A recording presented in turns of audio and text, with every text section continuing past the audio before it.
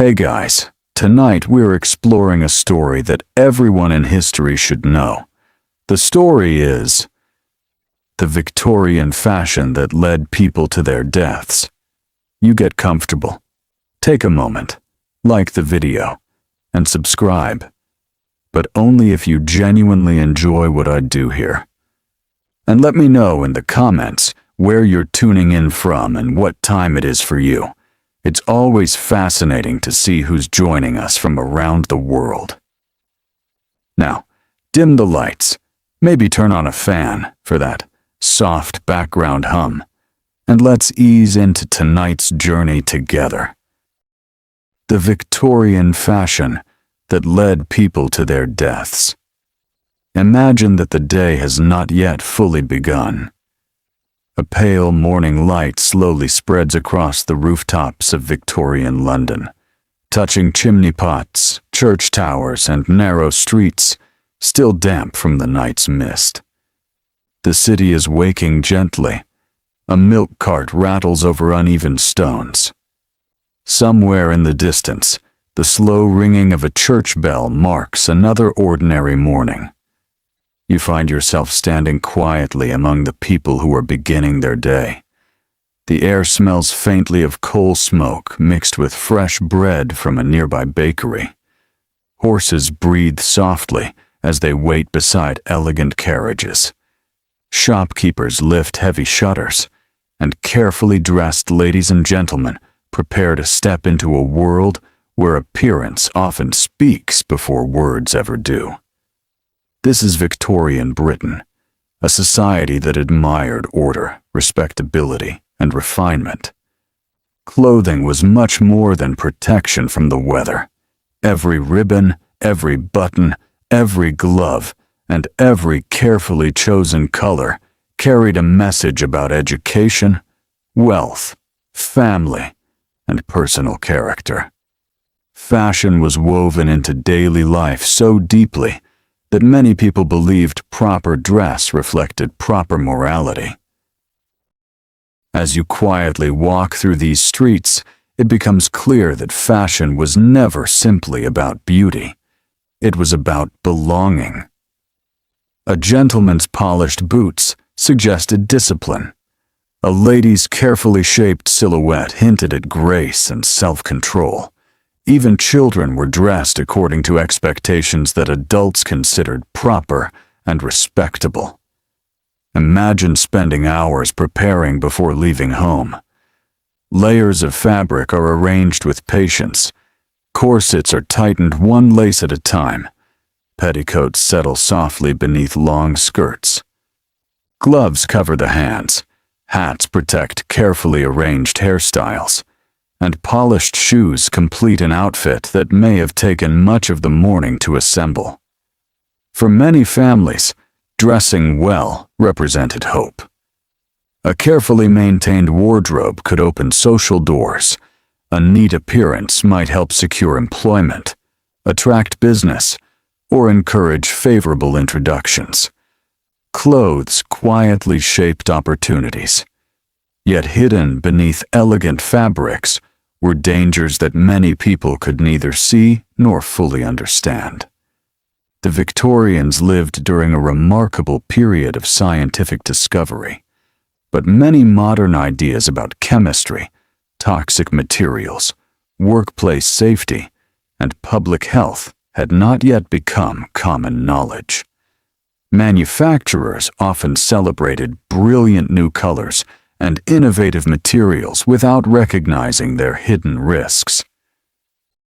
No one walked into a fashionable shop expecting that beauty itself could become a quiet companion to illness. Picture yourself entering one of London's fashionable stores. Large windows display dresses glowing with remarkably vivid shades of green, rich crimson silks, deep purple ribbons, and shining accessories that seem almost magical beneath the soft daylight.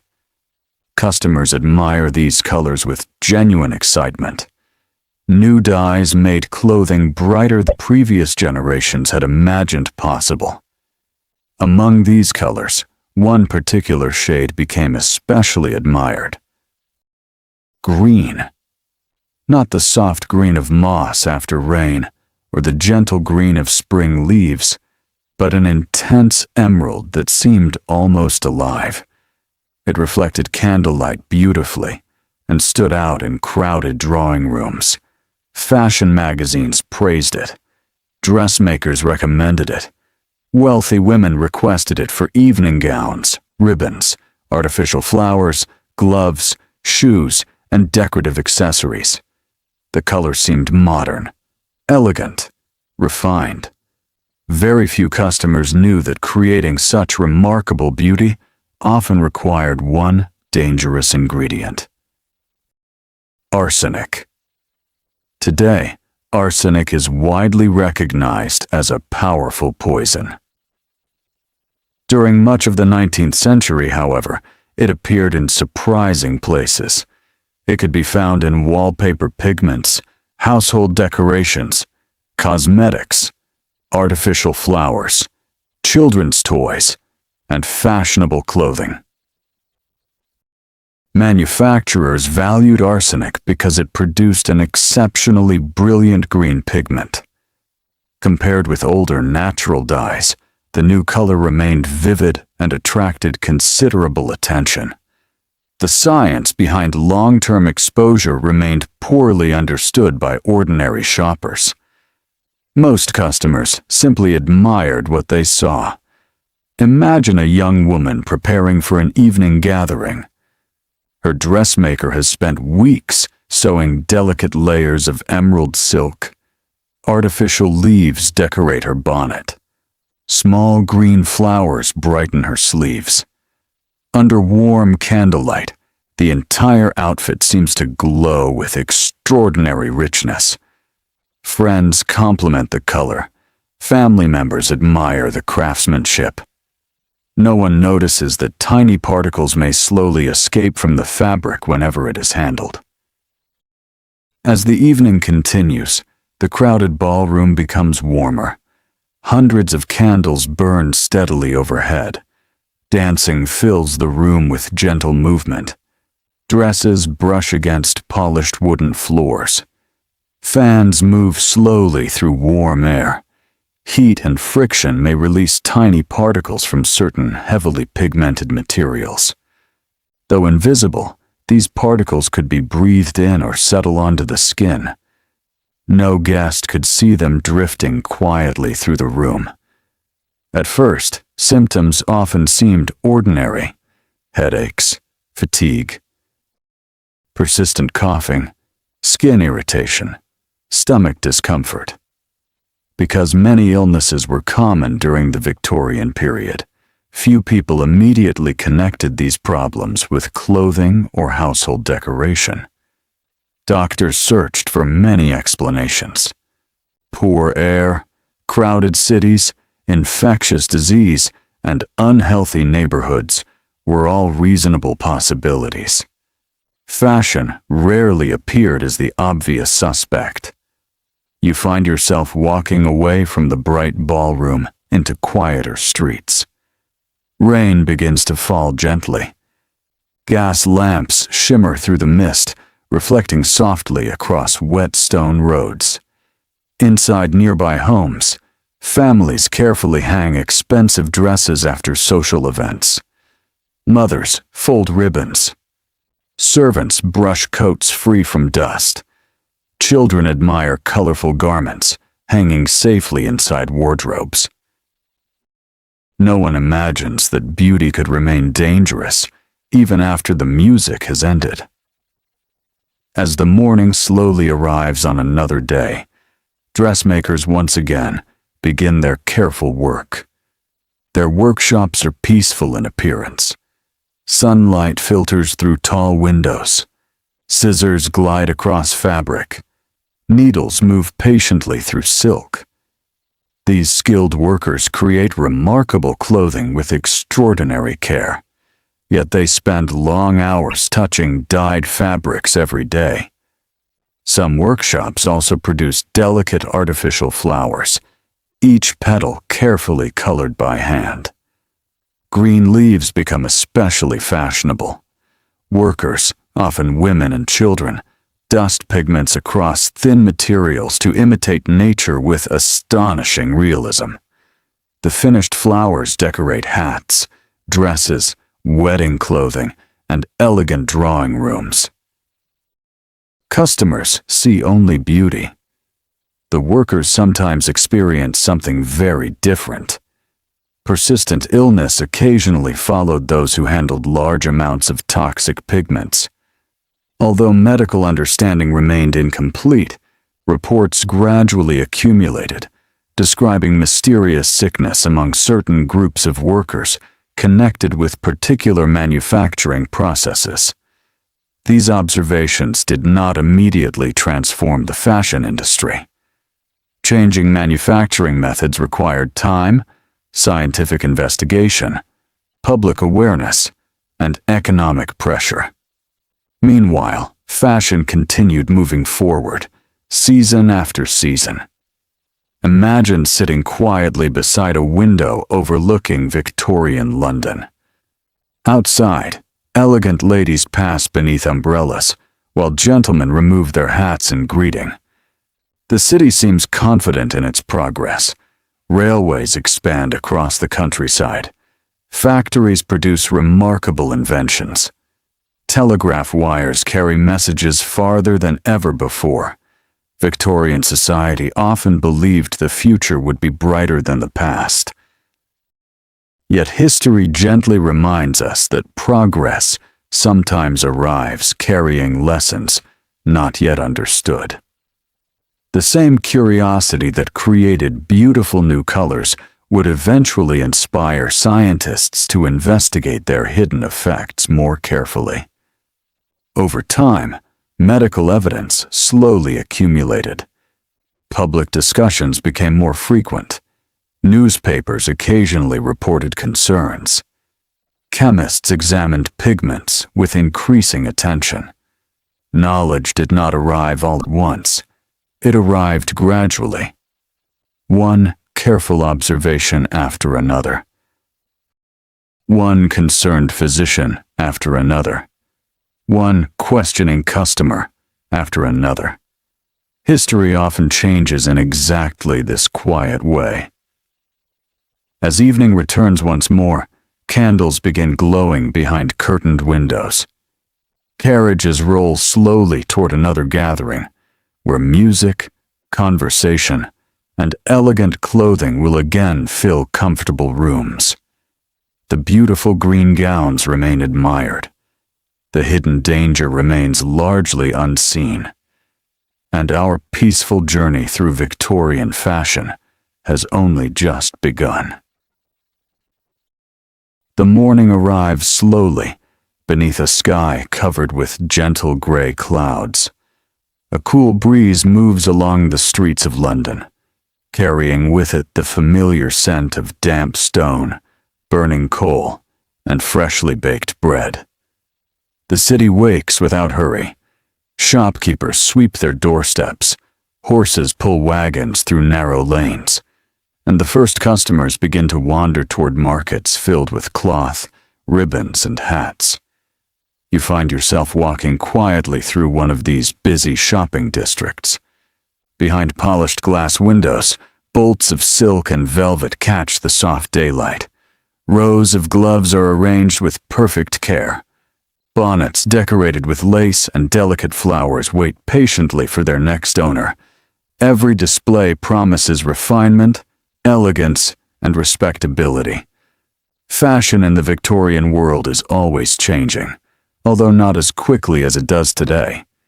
A popular color this season may disappear the next. A particular sleeve or collar may become the latest symbol of good taste. Those who wish to appear modern pay close attention to these subtle changes. Among all these trends, green remains one of the most admired. Its rich emerald shade reminds many people of gardens after spring rain. It seems fresh, youthful, and luxurious. Ladies wear it to concerts, afternoon visits, and formal dinners. Fashion magazines praise its brilliance, and dressmakers proudly recommend it to their most fashionable clients. Imagine entering a respected dressmaker's workshop. The room is peaceful, despite the steady rhythm of work. Scissors slide across expensive fabric. Needles rise and fall with quiet precision. Steam from heated irons drifts gently through the air. Rolls of ribbon fill wooden shelves from floor to ceiling. The workers speak softly as they continue their careful tasks. Many of them have learned these skills over years of practice. Their fingers move almost effortlessly. Every stitch must be neat. Every fold must fall naturally. Every customer expects perfection. One young apprentice carefully opens a package containing bright green fabric that has recently arrived from a manufacturer. The color is extraordinary. Even in the gentle morning light, it almost seems to glow. She smiles quietly, believing she has been trusted with one of the workshop's finest materials. She cannot know what modern chemistry will one day reveal. As the hours pass, tiny particles from certain heavily pigmented fabrics may settle onto work tables, sleeves, and hands. Some become airborne as cloth is cut, folded, or shaken. They are far too small to notice. The workshop continues as it always has. Customers arrive. Measurements are taken. New gowns are planned. Life moves peacefully forward. Picture yourself sitting beside one of the seamstresses during the afternoon. She has been sewing since early morning. Outside, carriage wheels echo across wet streets, while rain taps gently against the windows. Inside, only the quiet sounds of scissors, thread, and conversation fill the room. Her fingertips have become rough from years of work. Small pinpricks mark her hands. She occasionally pauses to rub tired eyes before returning to her stitching. Long working hours were common during the Victorian period, especially in busy seasons before important social events. Many skilled workers accepted these conditions because steady employment meant food on the table and rent paid on time. If someone became ill, there were often many possible explanations. Poor ventilation, long hours, infectious diseases, smoke-filled cities, limited nutrition. Because illness had so many possible causes, recognizing hidden chemical dangers proved remarkably difficult. No single dress immediately made someone sick. No single afternoon provided obvious answers. Instead, questions appeared slowly over months, and sometimes years. You find yourself leaving the workshop as evening begins to settle over the city. Gas lamps flicker softly to life. Families gather indoors while servants prepare formal clothing for another evening's entertainment. Across London, countless drawing rooms glow with candlelight. Music drifts through open windows. Gentle conversation mixes with the distant sound of carriage wheels arriving one after another. Imagine attending one of these elegant gatherings. The ballroom is warm from hundreds of candles suspended above polished wooden floors. Crystal chandeliers scatter tiny reflections across silk dresses and satin gloves. Musicians perform quietly, while guests move gracefully through familiar dances. The emerald gowns seem especially beautiful beneath the golden light. Guests compliment one another with kind words. What a remarkable shade! How wonderfully fashionable! The color suits you perfectly. No one suspects that beauty itself may carry a hidden cost. The evening passes with laughter, kept polite, and voices carefully measured according to the manners of the age. As dancing continues, Heavy skirts sweep across the polished floor. Sleeves brush gently against one another. Decorative flowers tremble with every graceful movement. The ballroom remains comfortable and welcoming, yet warm air, constant motion, and candlelight quietly create conditions that may encourage tiny particles to separate from certain pigments. Invisible, odorless, unnoticed. History often reminds us that danger is not always loud.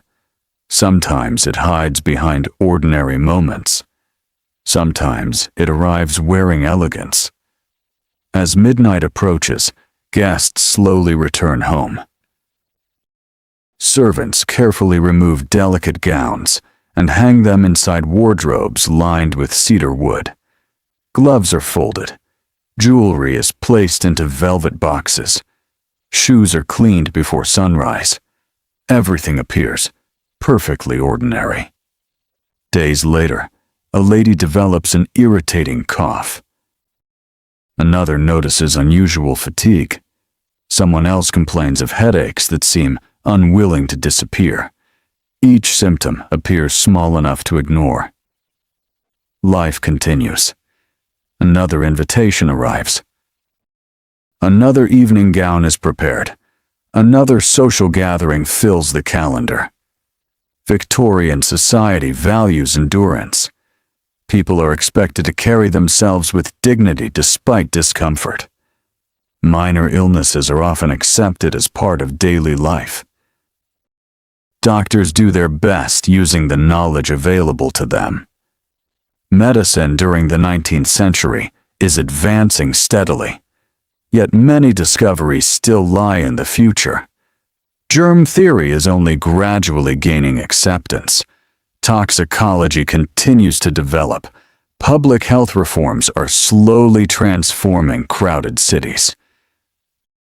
Many physicians observe patterns they cannot yet fully explain. Some patients from fashionable households seem unusually unwell. Some workers handling bright pigments experience recurring illnesses. Certain factories appear connected to mysterious health complaints. At first, these observations remain scattered. One doctor notices something unusual. Another physician records similar cases elsewhere. A chemist begins asking careful questions about pigments. A newspaper publishes a thoughtful article. Each observation becomes one small piece of a much larger puzzle. Imagine sitting quietly in the study of a Victorian physician. Books line dark wooden shelves. A coal fire burns gently in the fireplace. Rain taps softly against the windows, while handwritten notes cover the doctor's desk. He compares patient records collected over many months. Although certainty remains impossible, a troubling thought begins to take shape. Could something admired for its beauty also be harming those who wear it? He proceeds carefully.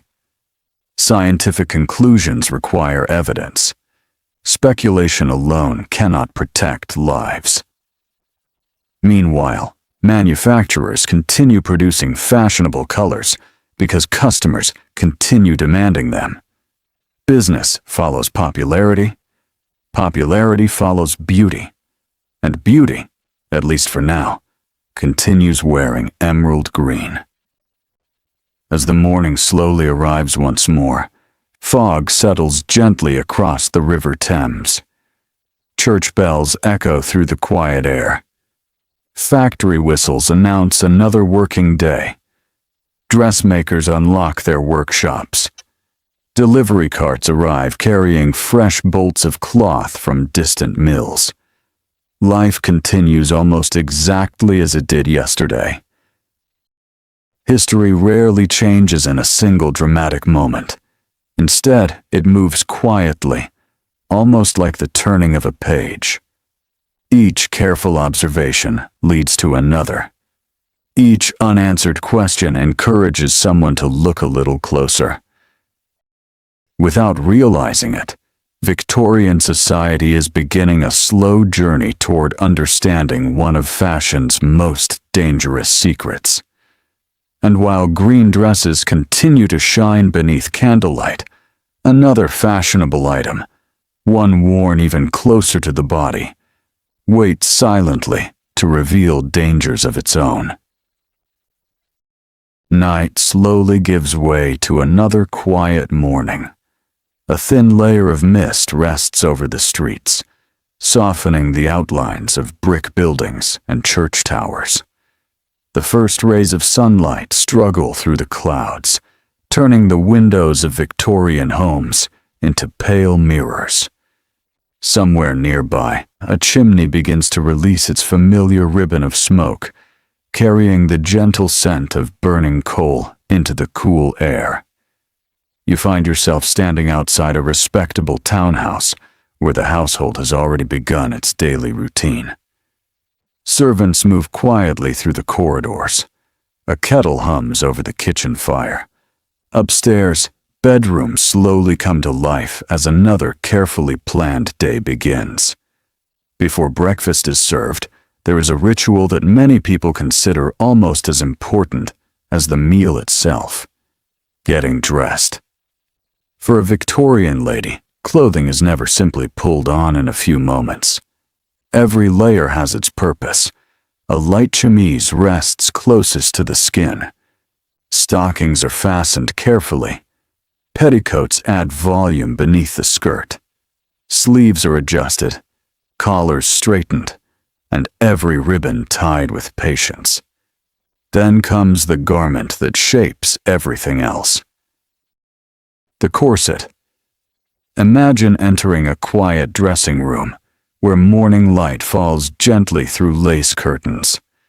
A polished mirror reflects a young woman standing calmly, while another pair of hands begins tightening the long laces of her corset. The process is familiar. She has experienced it many times before. The laces are drawn little by little, never all at once. Fabric settles smoothly against the body. The waist becomes narrower. Shoulders naturally move backward. Posture changes almost immediately. When finished, the gown will hang exactly as fashionable society expects. To modern eyes, the corset is often remembered as one of history's most uncomfortable garments. Stories have long suggested that women fainted constantly, removed ribs to achieve impossibly small waists, or willingly endured unbearable pain every day. History, however, is often more balanced than popular myths suggest. Many Victorian women wore corsets that fit properly and allowed them to carry out ordinary daily activities. Walking, visiting friends, shopping, writing letters, and even light household work could all be done comfortably when the garment was correctly made and sensibly laced. A well-fitted corset was, in many ways, similar to supportive clothing used in different forms throughout history. Yet not every corset was sensible. Fashion has always encouraged some people to pursue extremes. Picture yourself opening the pages of a Victorian fashion magazine. Elegant illustrations display graceful silhouettes with remarkably narrow waists. Readers admire these drawings. Dressmakers study them carefully. Young women compare the latest styles with those worn at recent gatherings. Some begin wondering whether their own waist might become just a little smaller, not because anyone forces them directly, but because fashion quietly whispers its own expectations. 1 inch less, then perhaps another. Soon, a waist that once seemed perfectly respectable may no longer appear fashionable enough. This gradual pursuit of the ideal figure creates a market for increasingly tighter corsets. Some manufacturers happily respond. Advertisements promise elegance, Advertisements promise beauty. Advertisements promise admiration. Very few advertisements mention discomfort. Imagine a young woman preparing for an important evening reception. She wishes to look her very best. Her newest gown has been designed with an exceptionally narrow waist. To wear it properly, the corset beneath must be tightened more than usual. She takes a slow breath. The laces are pulled. Another breath. The laces are tightened again. For a short while, everything appears successful. The dress fits beautifully. Compliments soon follow. Yet the human body has its own quiet limits. When a corset is laced far beyond comfort, breathing may become shallower. Deep breaths become more difficult. Long hours standing can feel exhausting. Digestion may become uncomfortable after large meals. Simple movements require greater effort. Many women understood these limits from experience and adjusted their clothing accordingly. Others, encouraged by changing fashions or personal ambition, sometimes ignored them. History rarely presents one single experience shared by everyone. Instead, it offers countless individual lives, each shaped by different choices, different incomes, different dressmakers, and different expectations. As the afternoon unfolds, you leave the fashionable drawing rooms and walk toward a busy commercial street. Here, shop windows proudly display corsets imported from respected manufacturers. They are carefully stitched with strong fabric, reinforced with whalebone, steel, or other supportive materials depending on the period and design. A customer enters. The shopkeeper greets her warmly. Measurements are discussed. Materials are compared. Some customers request comfort. Others ask only for the smallest waist possible. The shopkeeper understands exactly what fashionable demand requires. Imagine touching one of these finely crafted garments. The fabric feels smooth beneath your fingers.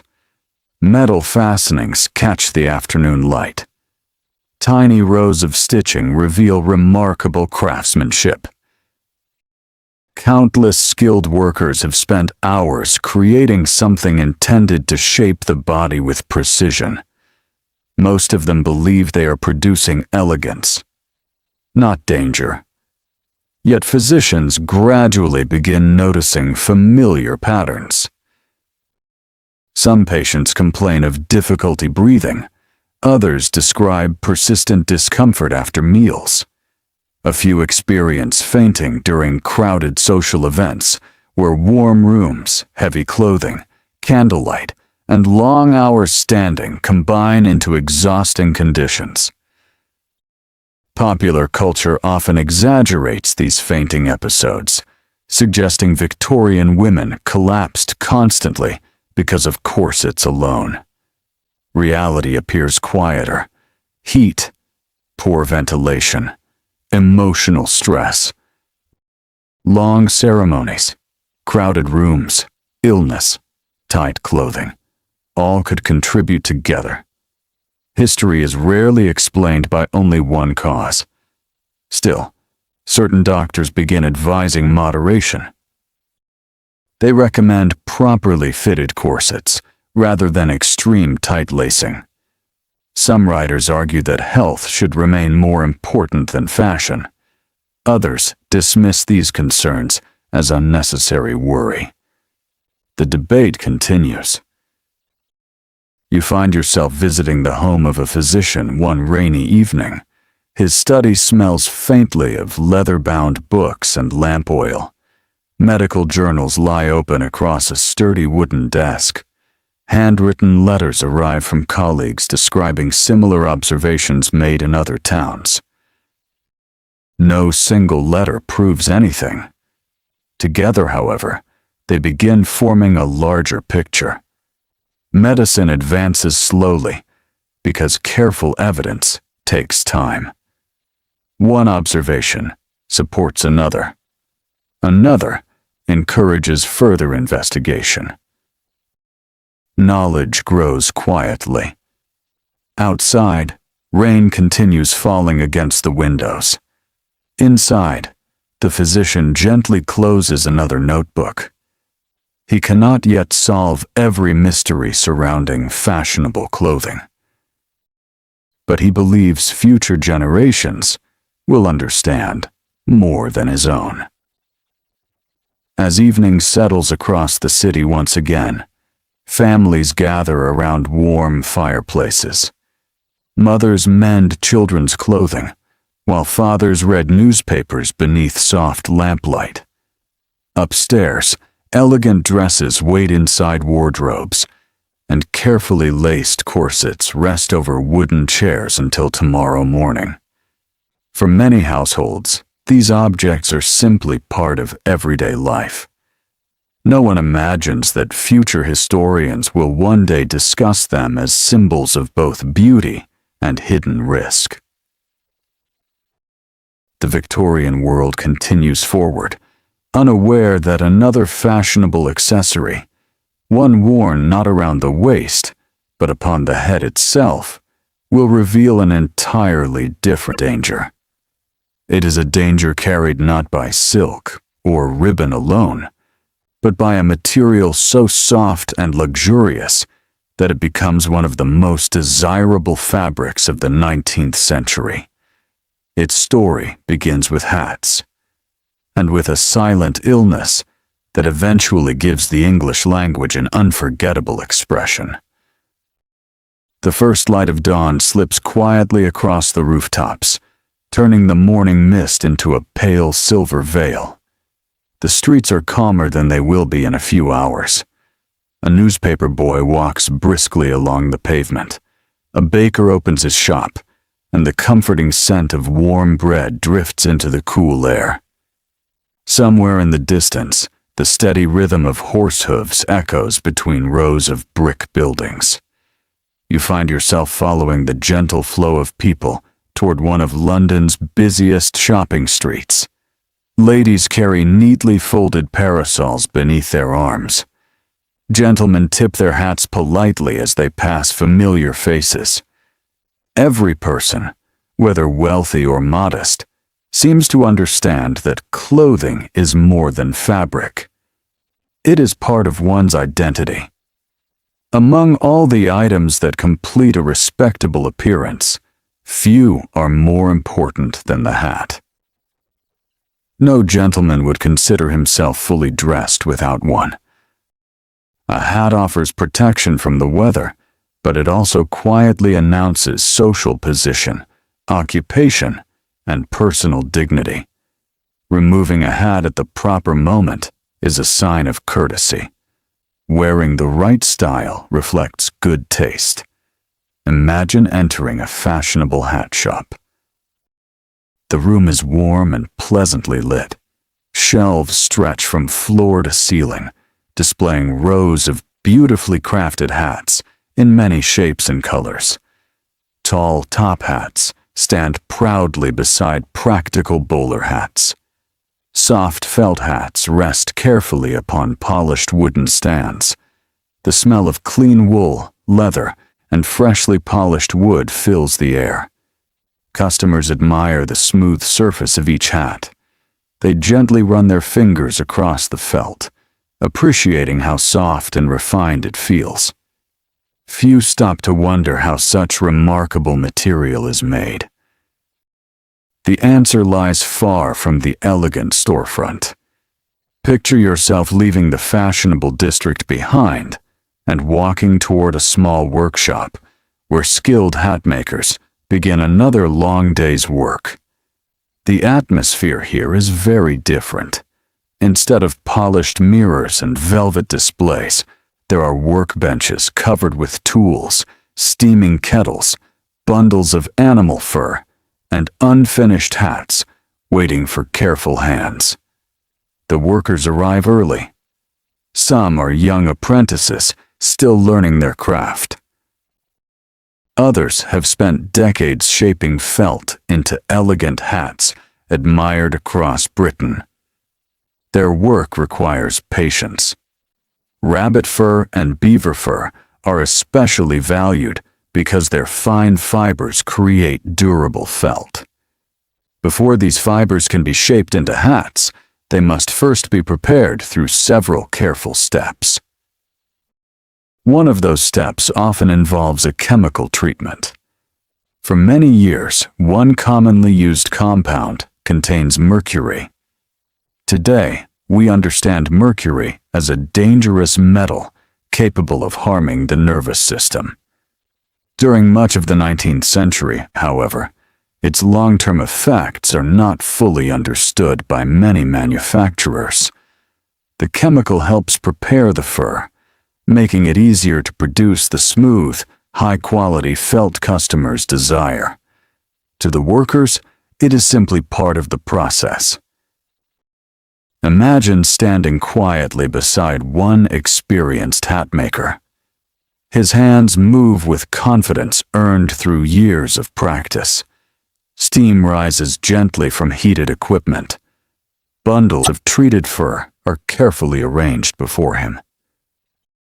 He works steadily throughout the morning, day after day, month after month, year after year. Unlike the customers who wear finished hats for only part of the day, these craftsmen spend countless hours surrounded by the materials used to create them. The workshop is often warm. Windows remain closed during colder months. Fine particles drift through the air, almost invisible in the shafts of sunlight passing between the wooden beams. No one notices them.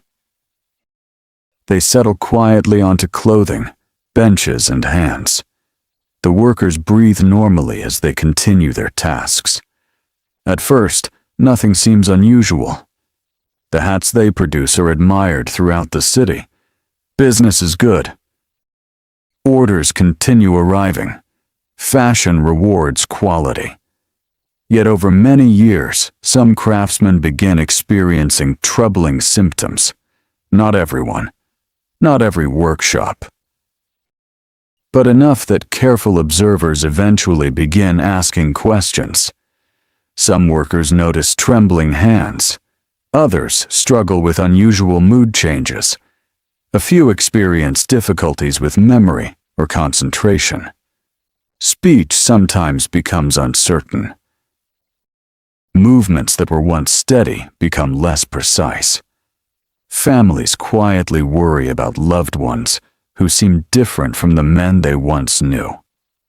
At first, these changes appear mysterious. Perhaps the worker is simply growing older. Perhaps the long hours are taking their toll. Perhaps another illness is responsible. The true cause remains hidden.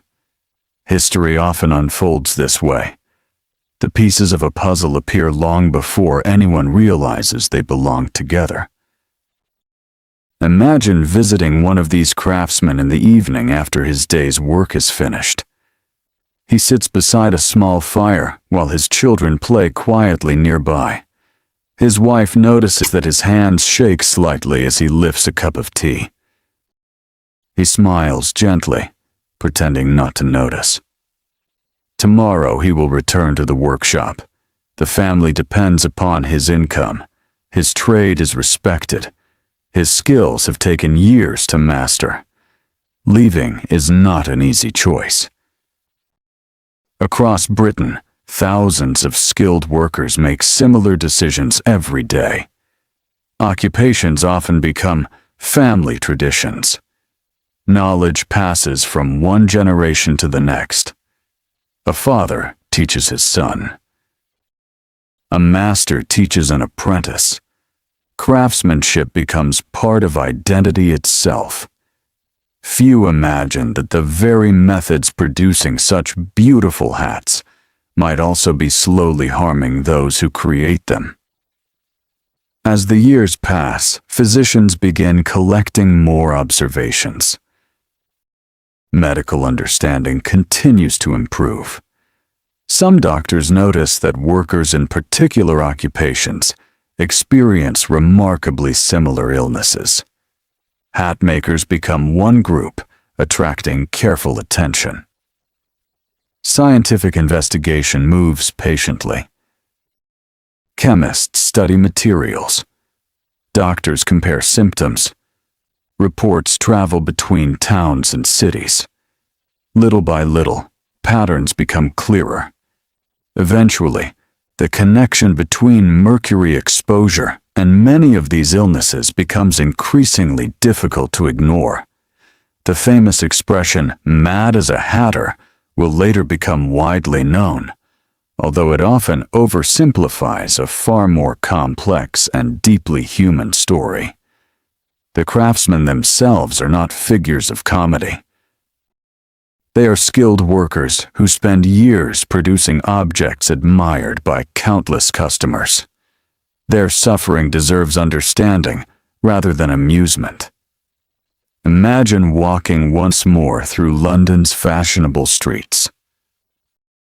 A gentleman passes wearing a perfectly shaped top hat. Another politely removes his hat while greeting an old friend.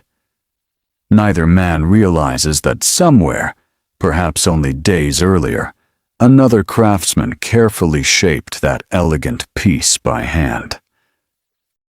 Fashion often celebrates the finished product. History gently reminds us to remember the hands that created it. As the afternoon slowly fades into evening, golden sunlight reflects from shop windows before disappearing behind rows of chimneys. The city grows quieter. Shops close their doors. Hat makers clean their benches and prepare for another day. Doctors continue recording observations. Scientists continue asking careful questions. Knowledge advances, not through sudden discoveries alone, but through years of patient observation. Every generation inherits lessons from those who came before. Some lessons are joyful. Others are written in quiet sacrifice. And as Victorian fashion continues to evolve, another hidden danger waits inside elegant homes themselves. It is not stitched into a dress. It is not woven into a hat. Instead, it covers the very walls people admire every single day, surrounding families with beauty, while quietly concealing another invisible threat. The night has passed quietly, and another gentle morning begins to unfold across Victorian Britain. A light fog hangs over the rooftops, softening the outlines of church spires and factory chimneys.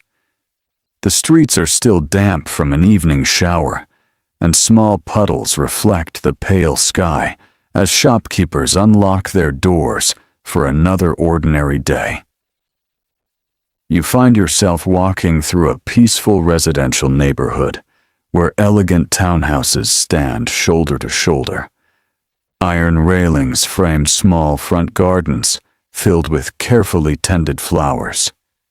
Curtains are slowly drawn open as the first light reaches comfortable sitting rooms inside. The homes appear warm, orderly, and welcoming. For many Victorian families, the home is more than a place to sleep. It is a reflection of respectability. Every room is expected to demonstrate good taste, proper manners, and careful attention to detail. Visitors notice everything, from the arrangement of furniture to the patterns upon the walls. Decoration has become an important expression of success. Imagine stepping through the front door of one such home. The hallway is softly lit by the morning sun filtering through patterned glass. A polished wooden staircase rises gracefully toward the upper floor. The faint scent of beeswax polish lingers in the air, mixed with the comforting aroma of tea being prepared somewhere in the kitchen. As you move into the drawing room, your eyes are naturally drawn toward the walls. They are covered with richly patterned wallpaper. Delicate vines wind across the surface. Elegant flowers bloom between curling leaves. The colors appear remarkably fresh, even after several years. Among them, one shade seems especially vibrant: green. The same fashionable emerald green that has already appeared in dresses and decorative accessories has now entered the Victorian home itself. Wallpaper manufacturers proudly advertise these vivid colors. Customers admire them for transforming ordinary rooms into elegant spaces filled with life and refinement. The brighter the color, the greater the admiration. Few pause to ask how such brilliance is achieved. Picture yourself visiting the workshop where these wallpapers are printed. Large wooden rollers carry intricate designs across long sheets of paper. Skilled craftsmen carefully mix pigments before applying them to the printing blocks. Every pattern must repeat perfectly from one end of the roll to the other. The finished wallpaper is beautiful. Customers are delighted. Orders continue arriving from wealthy households eager to decorate newly built homes. Once again, however, some of the brightest green pigments owe their remarkable color to arsenic compounds. The manufacturers are not trying to create danger. They are responding to demand. Customers desire colors that remain vivid for many years. Chemists have developed pigments that appear to meet those expectations. The hidden risks are still poorly understood. Imagine a family settling into a newly decorated house. The furniture has been carefully arranged. Heavy curtains frame the windows. Paintings hang neatly upon the walls. The fireplace burns gently during cool evenings, warming the room where children play with wooden toys while their parents read quietly beside the fire. Everything seems peaceful.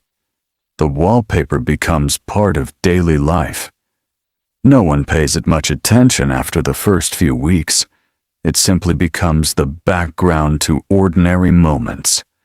Birthdays, family conversations, letters written beside the window, children learning their lessons, visitors enjoying afternoon tea. Yet some physicians begin hearing curious reports. People living in certain homes experience headaches that seem difficult to explain. Others complain of persistent irritation in the eyes or throat. Some families notice that symptoms lessen after spending time away from home. Such observations are far from conclusive. Victorian cities contain many possible causes of illness. Smoke from coal fires fills the air. Crowded neighborhoods spread infectious diseases.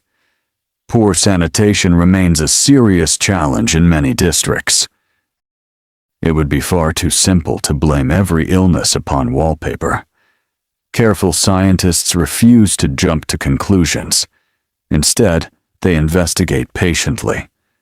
Imagine sitting quietly beside a physician as he listens to one family describe their concerns. He asks thoughtful questions. When did the symptoms begin? Have they recently moved? Does anyone else in the household feel unwell? Has anything changed inside the home? Each answer is written carefully into a notebook.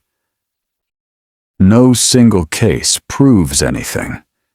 But over time, similar stories begin appearing in different places. A chemist decides to examine samples of the wallpaper itself. Tiny portions are scraped carefully from the wall. The pigments are studied using the scientific methods available at the time.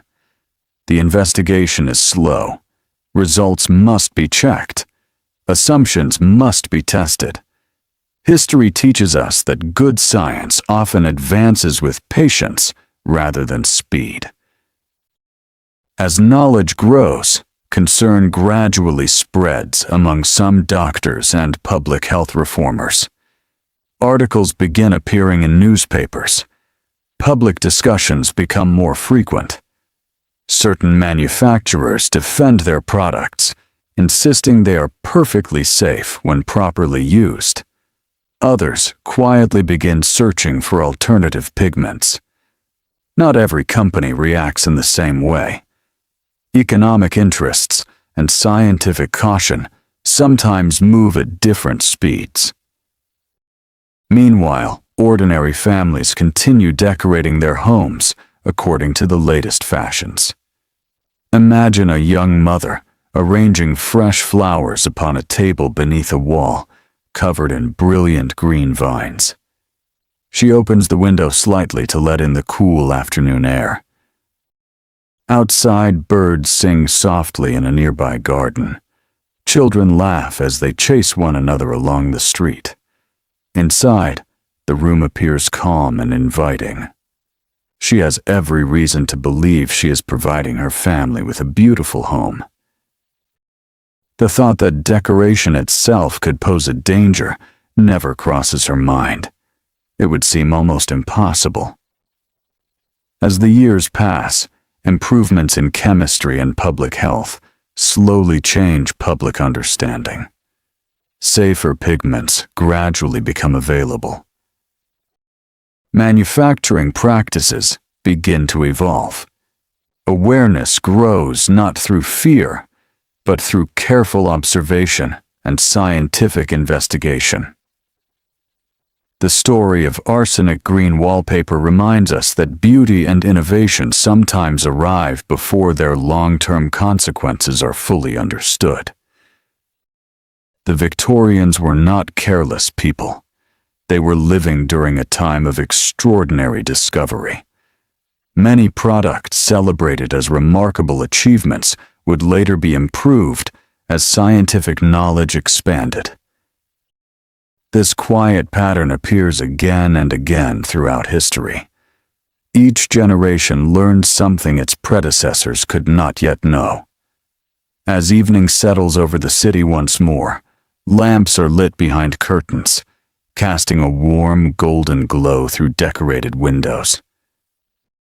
Families gather for supper. Children finish their lessons. The wallpaper fades into the background, becoming part of everyday life once again. Outside, a gentle rain begins to fall, washing the streets clean beneath the soft light of the gas lamps. You continue your peaceful walk through Victorian Britain, knowing that our journey is slowly uncovering not only the elegance of fashion, but also the unseen costs that sometimes accompanied it. And beyond the quiet drawing rooms and carefully decorated homes, another fashion awaits. It sparkles beneath candlelight. It catches every eye at evening receptions. It seems delicate, luxurious, and perfectly harmless. Yet its graceful beauty will lead us into another story, where admiration and danger quietly exist, side by side. Evening slowly fades into night, and before long, another peaceful dawn begins to brighten the Victorian world. The first rays of sunlight touch the windows of grand houses, while a light mist lingers above the quiet streets. Somewhere nearby, a gardener begins tending flower beds, still covered with tiny drops of dew. Birds greet the morning with gentle songs, and the distant sound of carriage wheels reminds you that another ordinary day has begun. You find yourself walking toward one of London's elegant shopping arcades, where polished windows display the latest fashions from respected jewelers, dressmakers, and accessory merchants. Ladies stroll unhurriedly beneath covered walkways, accompanied by family members or close friends. Gentlemen pause to admire finely crafted watches and walking sticks. The atmosphere is calm, refined, and filled with quiet conversation. Among all the displays, one window seems to capture everyone's attention. Tiny ornaments shimmer beneath the morning light, hairpins decorated with delicate birds, brooches shaped like butterflies, necklaces adorned with colorful wings, earrings that sparkle with shades of brilliant blue and deep emerald green. These are not painted imitations. They are made from real insects. Imagine stepping closer to the display. The colors seem almost impossible. Metallic blues shift into green as the light changes. Tiny wings reflect sunlight like polished gemstones. Every piece appears unique, as though a small piece of nature has been transformed into fine jewelry. To Victorian customers, these ornaments represent elegance, curiosity, and refinement. Nature itself has become fashionable. During the 19th century, collecting natural specimens becomes an increasingly popular pastime. Museums expand their collections. Wealthy families display cabinets filled with shells, minerals, butterflies, and preserved plants. Scientific societies encourage the careful study of the natural world. Fashion quietly follows this growing fascination. Butterflies appear on hats. Beetle wings decorate gowns. Feathers, flowers, and even small preserved creatures become fashionable accessories. To many Victorians, these decorations celebrate the beauty of creation rather than exploiting it. Picture yourself inside a small workshop where skilled artisans prepare these ornaments. The room is bright with natural light. Fine brushes, tiny scissors, and delicate tools rest upon wooden tables. Each worker handles the fragile materials with remarkable patience. A butterfly's wings are positioned carefully beneath glass. Tiny beetle wings are stitched onto fabric one by one. Artificial flowers are arranged around them. Hours pass as each ornament slowly takes shape. The finished piece is exquisite. Customers admire the craftsmanship. Yet this fashion carries a different kind of tragedy. Unlike the hidden dangers of arsenic or mercury, the greatest cost here is often paid not by those who wear the jewelry, but by the countless living creatures collected to satisfy growing demand. Across Europe, Asia, Africa, and the Americas, collectors search forests, fields, and tropical landscapes for brightly colored insects. Some species are gathered in enormous numbers. Rare butterflies become especially valuable. Shimmering beetles are carefully harvested because their wings retain their brilliant color long after the insects themselves have died. Victorian society rarely questions this practice. Natural history is considered both educational and respectable. Many collectors sincerely believe they are preserving nature rather than harming it. The modern idea of wildlife conservation is still developing. Imagine standing in a quiet forest far from London. Morning sunlight filters through tall trees, while butterflies drift peacefully among wildflowers. The forest seems timeless. Yet somewhere nearby, collectors patiently search for the brightest specimens. Each capture appears insignificant on its own. But multiplied across thousands of collectors in many decades, the demand becomes enormous. History reminds us that even admiration can sometimes place unexpected pressure upon the natural world.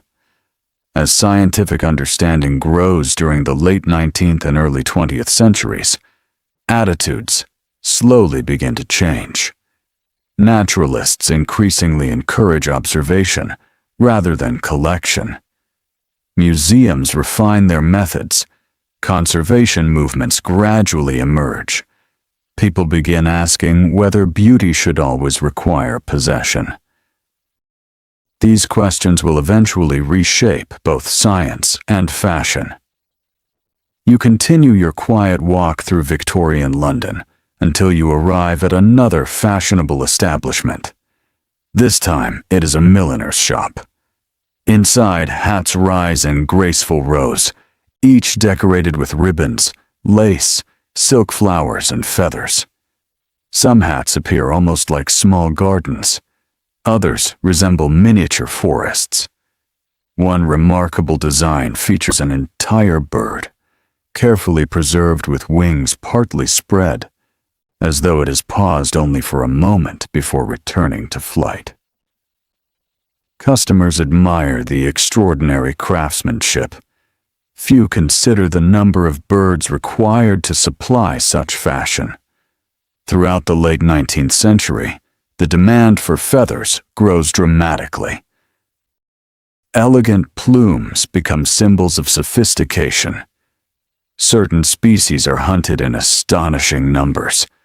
Egrets, herons, birds of paradise, and many others become highly valued because of their beautiful feathers. In some regions, hunting becomes so intense that bird populations begin to decline noticeably. The story reaches far beyond fashion. It touches rivers, wetlands, forests, and distant colonies connected to Britain's vast trading networks. Imagine a peaceful marsh at sunrise. Tall reeds sway gently in the breeze. White egrets stand quietly in shallow water, while the surface reflects the soft pink colors of dawn. The scene feels calm and untouched. Yet the growing international feather trade reaches even these quiet places. Hunters arrive. Feathers are collected. Shipments travel across oceans. Eventually they appear in London's elegant shops, where few customers know their distant origins. Not everyone remains silent. Some naturalists become deeply concerned.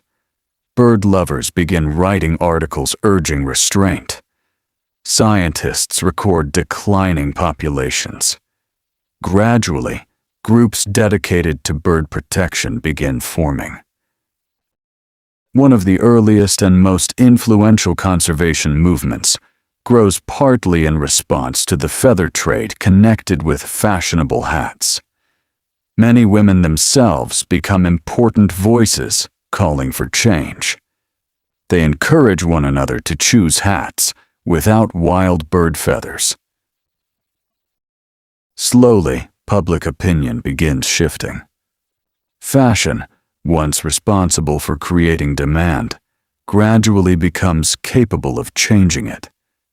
History often moves in this gentle way. The same society that embraces a trend can also decide to leave it behind. As afternoon turns toward evening, you sit quietly beneath the shade of a large tree in one of London's public parks. Children feed ducks along the water's edge. Couples stroll slowly beneath rows of chestnut trees. The city feels peaceful despite its constant movement. You begin to notice something remarkable about every story we have encountered so far. None of these fashions were created with cruel intentions. Dressmakers wished to create beauty. Hat makers hoped to earn an honest living. Families decorated their homes with pride. Collectors admired nature. Customers simply wished to wear what society considered elegant. Yet history gently teaches that good intentions do not always prevent harmful consequences. Knowledge grows gradually. Each generation understands more than the one before it. The lessons learned from Victorian fashion would eventually influence workplace safety, consumer protection, public health, chemistry, and wildlife conservation for many decades to come. The evening sky slowly darkens as gas lamps begin glowing along the streets once again. Shops close their doors. Carriages return families safely home. A quiet breeze carries the scent of rain through the city. Tomorrow, our journey will lead us into another chapter of Victorian elegance, one centered not on dresses, hats, or jewelry, but on cosmetics and beauty treatments, where the desire for flawless skin sometimes concealed dangers every bit as hidden as those woven into the finest fabrics. The city sleeps peacefully beneath a blanket of quiet darkness. One by one, the lamps along London streets burn lower as the night gently passes. Long before the busy hours begin, the first light of dawn slowly reaches the rooftops. A cool breeze carries the scent of damp earth from nearby gardens, blending softly with the familiar aroma of coal fires being lit for the morning. You find yourself walking through a quiet square where elegant townhouses stand in perfect rows. Curtains are slowly drawn aside as another Victorian day begins. A maid sweeps the front steps of one home, while a milk cart rolls steadily across the cobblestones. Everything feels calm, ordered, and reassuring. Inside these homes, however, another morning ritual is already underway. Unlike choosing a dress or fastening a corset, this ritual happens before anyone leaves the bedroom. It takes place in front of a mirror. Imagine entering a softly lit dressing room. Morning sunlight filters through thin lace curtains, resting gently upon polished wooden furniture. Crystal perfume bottles sparkle beside silver-backed brushes. Delicate combs, ribbons, and small porcelain jars are arranged with careful precision. A young woman sits quietly before the mirror. She brushes her hair with slow, practiced movements before reaching for one of the small containers waiting beside her. Victorian society places enormous importance on appearance. Clear skin is widely admired. A smooth complexion suggests refinement, good health, and a life untouched by harsh outdoor labor. Pale skin, in particular, often reflects social expectations rather than medical understanding. For many families, a lighter complexion quietly signals that a person spends more time indoors than working beneath the sun. Fashion magazines frequently praise delicate, porcelain-like beauty. Advertisements promise creams that soften the skin, lotions that remove blemishes, powders that create an even complexion. Each new product offers the hope of appearing just a little closer to society's ideal. Picture yourself standing inside a respectable chemist's shop. Glass bottles line polished shelves from floor to ceiling. Some contain fragrant oils gathered from distant lands. Others hold finely ground powders in carefully labeled jars. The room smells faintly of lavender, rosewater, beeswax, and soap. Customers enter with confidence. They trust the shopkeeper. Many products genuinely help with ordinary skincare. Others are less carefully tested than modern consumers would expect. Scientific regulation is still developing. Manufacturers often rely upon the best knowledge available at the time, yet that knowledge remains incomplete. Among the ingredients occasionally found in certain 19th century cosmetics are substances that later generations would recognize as hazardous.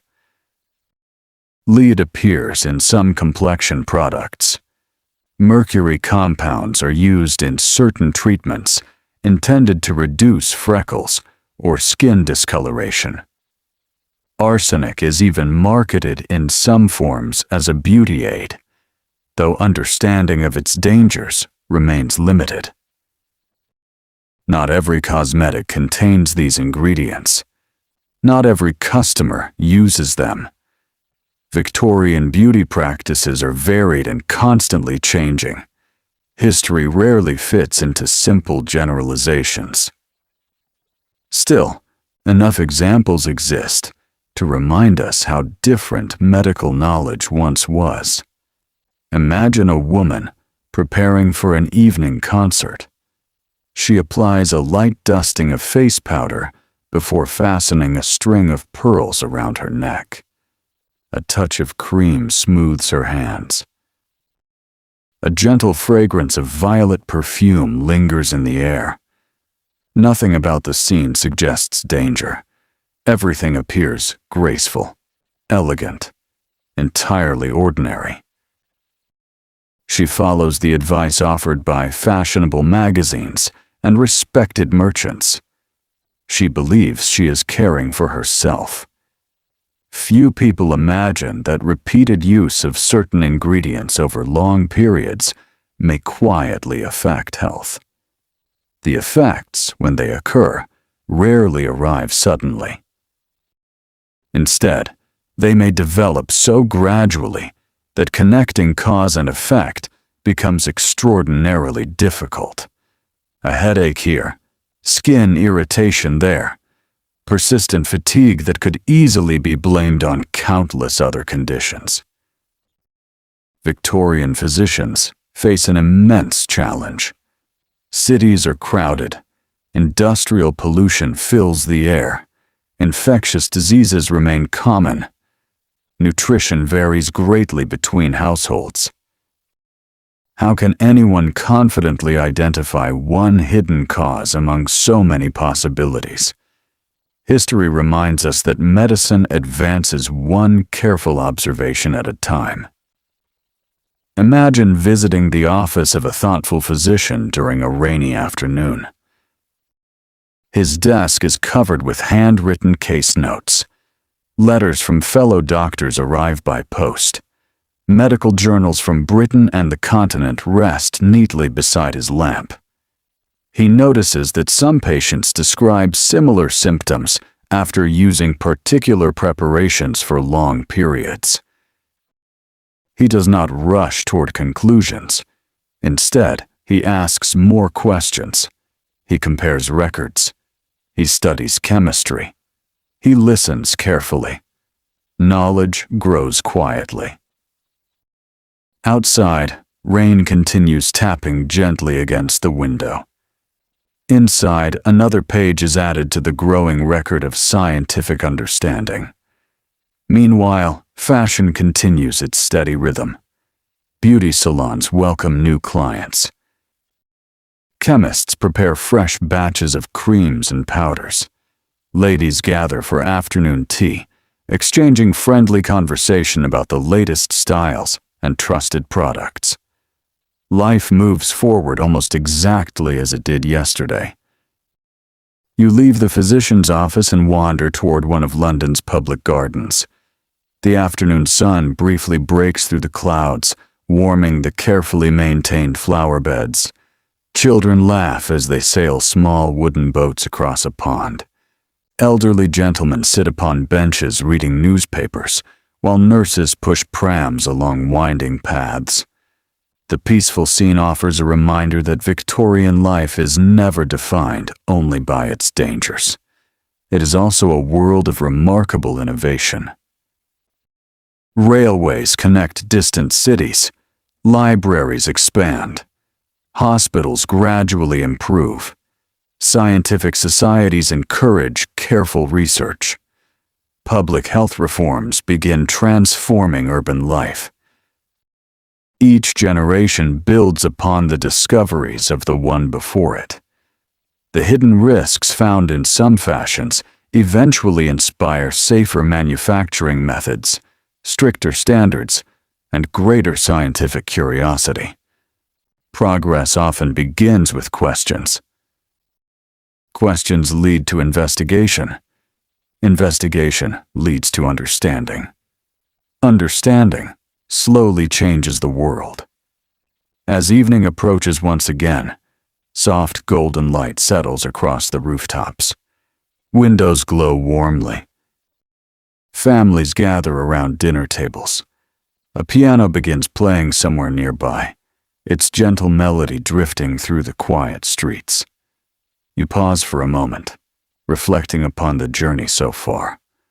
The emerald dresses, the carefully laced corsets, the master hatters, the beautifully decorated wallpaper, the shimmering ornaments fashioned from nature, the cosmetics promising flawless beauty. Each story reveals something deeper than fashion alone. They speak of hope, of craftsmanship, of ambition, of scientific discovery still finding its path. Above all, they remind us that history is rarely a tale of villains and victims. More often, it is the story of ordinary people doing their best with the knowledge available to them. As darkness settles gently over Victorian Britain, another chapter quietly waits beyond the glow of the gas lamps. Our next journey will take us inside the factories, where thousands of workers transformed raw materials into the elegant fashions admired throughout the empire. There, among the sounds of machinery and the smell of steam, we will discover that some of the greatest dangers were faced not by those who wore fashionable clothing, but by those whose skilled hands created it. Another quiet morning arrives with gentle patience. The first sunlight reaches the chimneys one by one, turning the lingering mist into a soft, golden haze. Church bells ring somewhere beyond the rooftops, not loudly, but with a calm rhythm that seems to awaken the city without disturbing its peace. You find yourself standing beside the River Thames. The water moves slowly beneath old stone bridges, carrying small boats that deliver goods into the heart of London. Along the riverbanks, warehouses begin opening their heavy wooden doors. Porters unload crates filled with fabrics, dyes, leather, ribbons, feathers, and countless other materials that will soon become the fashions admired across Britain. The city is still stretching awake. The streets smell faintly of damp timber, fresh straw scattered beneath horses, and the familiar smoke rising from breakfast fires. As you continue your gentle walk, the elegant shopping districts gradually disappear behind you. The polished windows and quiet drawing rooms give way to another side of Victorian life. This is the world where fashion begins. Imagine entering a large textile mill just after sunrise. The building is immense. Tall brick walls surround long rows of windows that allow daylight to pour inside. Steam drifts gently upward from powerful engines below. Wooden floors vibrate almost imperceptibly beneath the steady movement of machinery. The sound is constant, not harsh enough to frighten you in this quiet journey through history, but steady enough that every worker becomes accustomed to it. The rhythmic turning of belts, the soft clicking of looms, the gentle hiss of steam. Thousands of threads stretch across great machines like endless white rivers. Here, ordinary fibers slowly become cloth. Women, men, and sometimes older children work together, each responsible for a particular stage of production. Some guide spinning machines with practiced confidence. Others inspect woven fabric for imperfections before rolling it carefully onto wooden cylinders. The work requires attention. Even a small mistake may waste valuable material. Picture yourself standing beside an experienced weaver. Years of practice have taught her to notice tiny irregularities that others would overlook. Her hands move with quiet precision as she watches thread after thread pass through the loom. She does not think of herself as creating history. She simply wishes to complete another honest day's work. Across Britain, thousands of workers share similar hopes. Their labor supports families, pays rent, provides food, offers children opportunities that previous generations may never have enjoyed. The Industrial Revolution has transformed the production of clothing. Where garments were once made almost entirely by hand, factories now allow fabrics to be produced on a far greater scale. Beautiful clothing becomes available to more people than ever before. Fashion is no longer reserved only for the wealthiest households. Yet every great change carries new challenges. Imagine walking deeper into the mill. The air feels warmer here. Tiny fibers float gently through the sunlight streaming across the room. Most are too small to notice unless the light catches them at exactly the right angle. Workers breathe normally as they continue their tasks, hour after hour, day after day, year after year. Today, we understand that long-term exposure to certain types of dust in some industries could affect workers' health. Victorian medicine, however, is only beginning to recognize these connections. Many illnesses develop gradually. A persistent cough, shortness of breath, fatigue after ordinary work. At first, such symptoms seem almost inevitable. Hard work has always been tiring. Factories are busy places.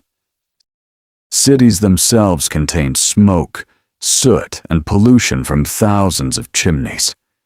Separating one cause from another proves remarkably difficult.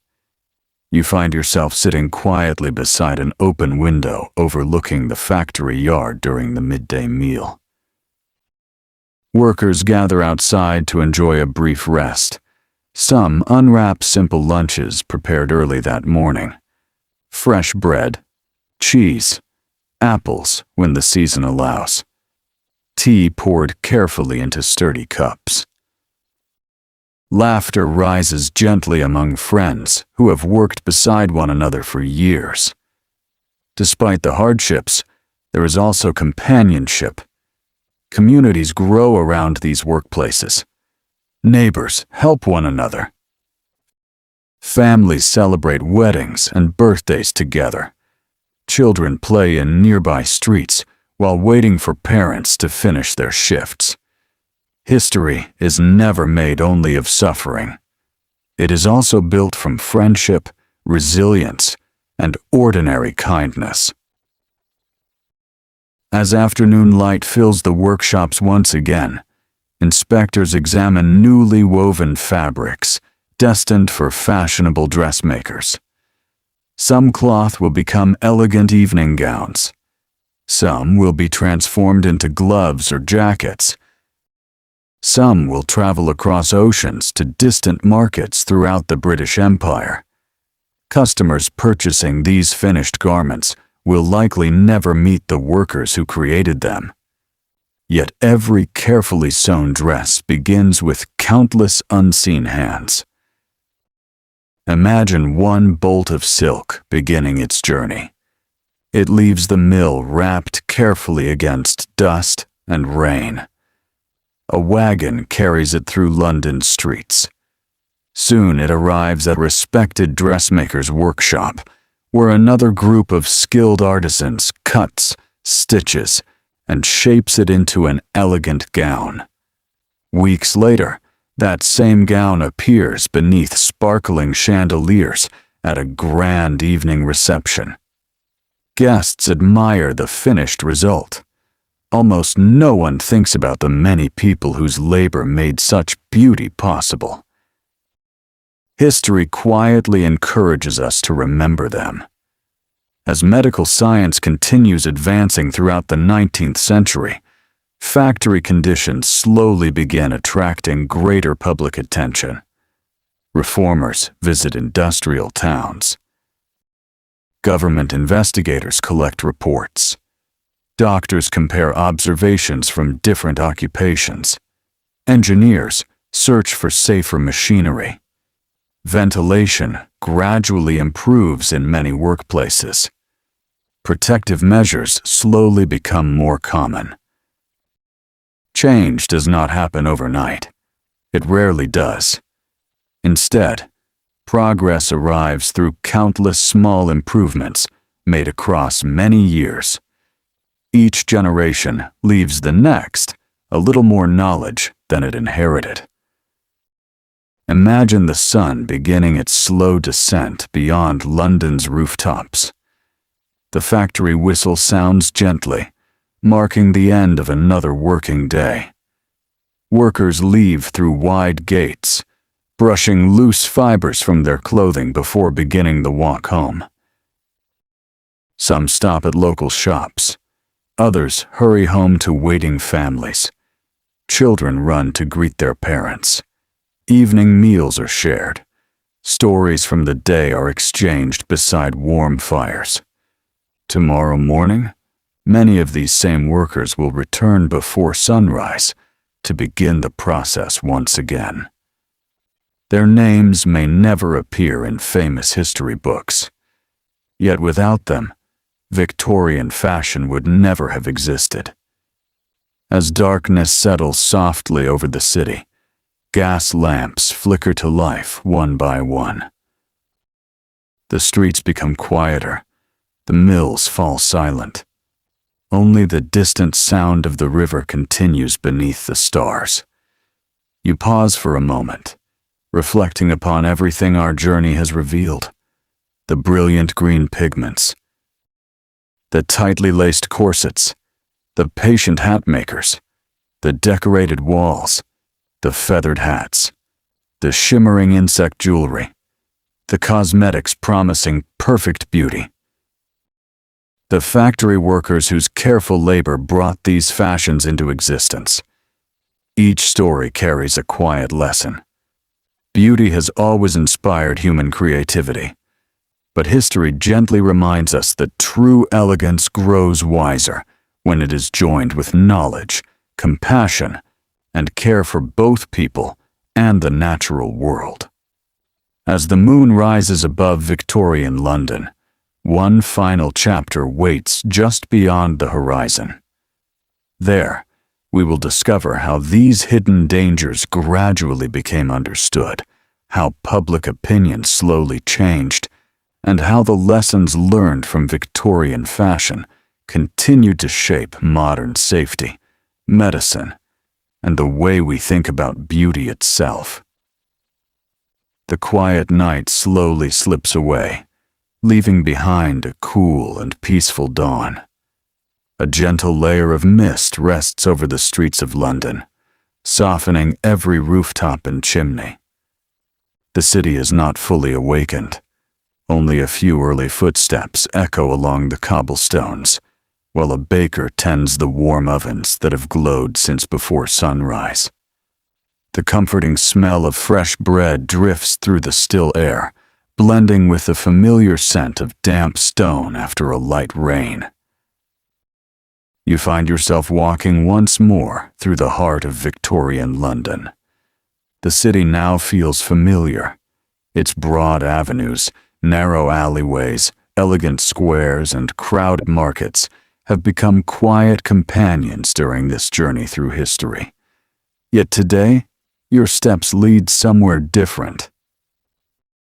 Not to a fashionable boutique, not to a dressmaker's workshop, not to a grand ballroom. Instead, you arrive at the reading room of a large public library. Inside, the atmosphere is wonderfully calm. Tall shelves filled with books stretch toward the ceiling. Long wooden tables stand beneath high windows, where soft morning light falls across neatly arranged newspapers and scientific journals. The only sounds are the turning of pages and the faint scratching of pens against paper. Imagine taking a seat beside one of the readers. He is not searching for poetry or novels today. Instead, he studies reports written by physicians, chemists, and public health investigators. Across Britain, small pieces of information are slowly coming together. One doctor has noticed illnesses among workers handling certain pigments. Another has documented unusual symptoms in specific industries. A chemist has carefully examined fashionable dyes. A newspaper editor has begun asking thoughtful questions about consumer safety. None of these reports alone changes the world. Together, however, they begin creating something much stronger: understanding. History often teaches that great changes rarely begin with loud announcements. More often, they begin quietly. A careful observation, a thoughtful experiment, a difficult question asked by someone willing to look a little closer. Picture yourself inside a modest chemistry laboratory during the late 19th century. Glass bottles line sturdy wooden shelves. Scales stand ready upon polished benches. A small flame burns beneath carefully prepared instruments, while a scientist examines tiny samples of green pigment collected from clothing, wallpaper, and decorative materials. Every measurement is repeated. Every conclusion is checked. Good science demands patience. Mistakes must be avoided. Lives may depend upon accuracy. Outside the laboratory, ordinary life continues almost unchanged. Dressmakers continue sewing. Merchants continue selling. Families continue decorating their homes.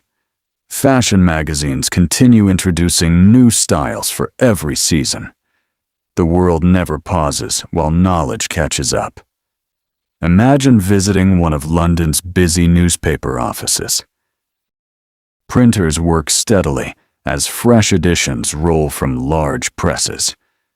Among reports about Parliament, foreign affairs, and railway schedules, readers occasionally discover articles discussing new scientific findings.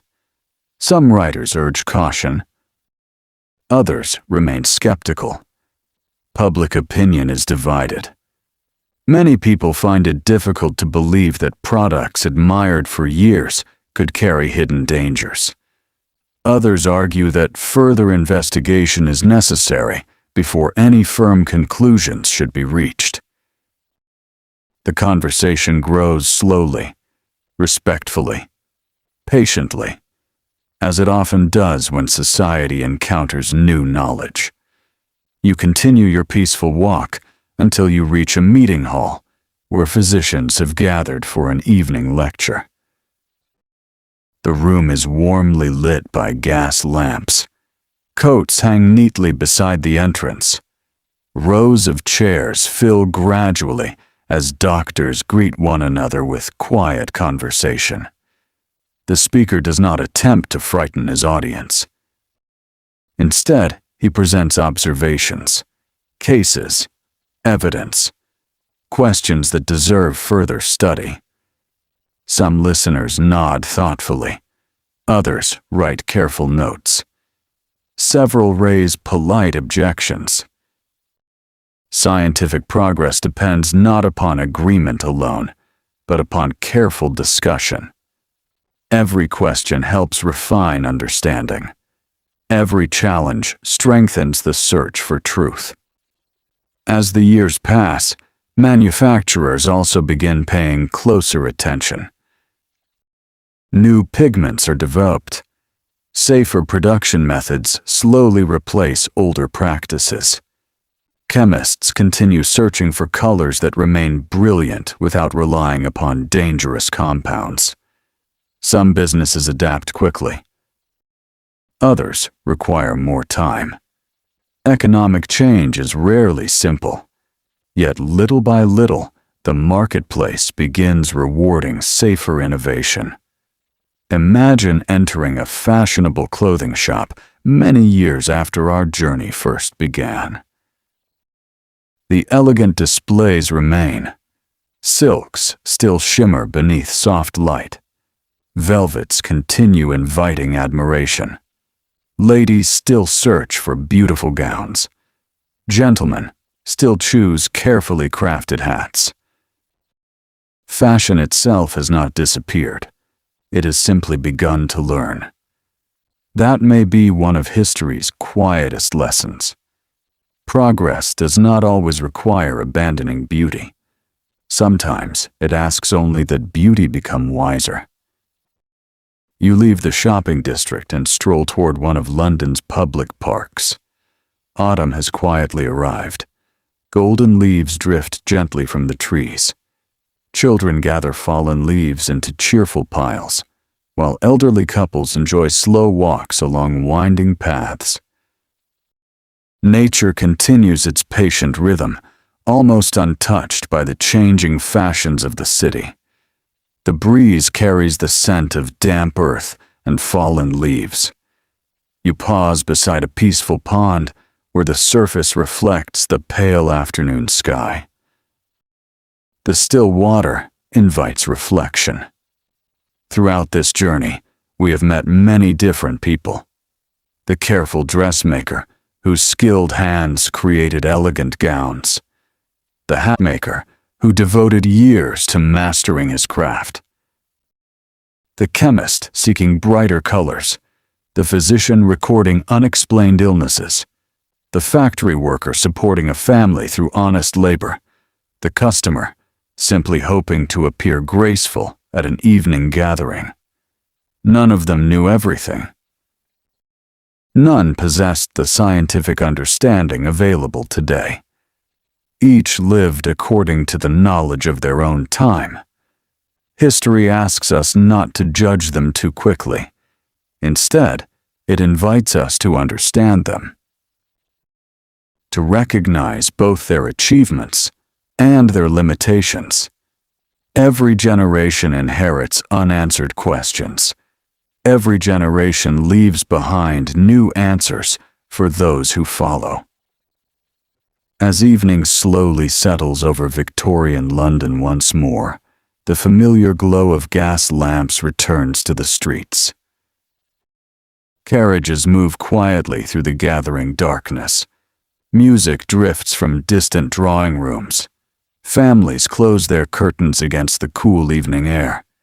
The city seems peaceful, almost unchanged. Yet beneath its calm appearance, something important has shifted. Awareness has begun to grow. Science has taken another careful step forward. And the lessons learned from these hidden dangers will continue shaping medicine, chemistry, workplace safety, consumer protection, and public health long after the Victorian era has faded into history. Our journey is approaching its final destination, where all of these quiet stories will come together into one lasting reflection on beauty, knowledge, and the remarkable ability of humanity to learn from the past. The stars gradually fade into the pale blue of another Victorian morning. A cool breeze moves gently through quiet streets, where the first signs of life begin to appear. Shopkeepers unlock heavy wooden doors. A flower seller carefully arranges fresh bouquets beneath a striped awning. Somewhere beyond the rooftops, the slow whistle of a departing train echoes across the city, reminding you that Britain continues to move steadily into a new age. You find yourself walking through London with an unhurried pace, as though the city itself has invited you to remain a little longer. The familiar streets have become almost comforting now. Every corner holds a memory from our journey. There is the elegant dressmaker's shop, where emerald fabrics once dazzled customers. There is the milliner's window, where feathered hats drew admiring glances. There is the chemist's store, with its polished bottles and carefully labeled jars. And somewhere beyond the crowded streets are the factories, workshops, and printing rooms, where countless hands quietly shaped the fashions of an empire. Everything appears much the same. Yet history is already beginning to turn another page. Imagine stepping into a meeting room where a small group of scientists, physicians, manufacturers, and public officials have gathered around a large oak table. No one raises their voice. No one claims to possess every answer. Instead, papers are unfolded. Chemical analyses are compared. Medical observations are discussed. Factory reports are examined. It is careful work. Sometimes progress is measured not in dramatic discoveries, but in conversations like these. One thoughtful question leads to another. One experiment inspires a second. One report encourages someone in another city to investigate further. Knowledge spreads quietly, almost like ripples moving across still water. As the years pass, improvements begin appearing in places that ordinary customers may never notice. Some manufacturers quietly replace hazardous pigments with safer alternatives. Others improve ventilation inside workshops. Factory owners gradually introduce new methods that reduce unnecessary exposure to harmful substances. Medical schools expand their understanding of toxicology. Public health officials encourage cleaner living conditions. Each change seems small when viewed alone. Together, they begin transforming everyday life. Picture yourself inside a textile factory that has recently adopted improved ventilation. The machinery still hums with its familiar rhythm. The workers still move with practiced skill. But fresh air now flows more freely through the building. Dust is reduced. Light enters through newly enlarged windows.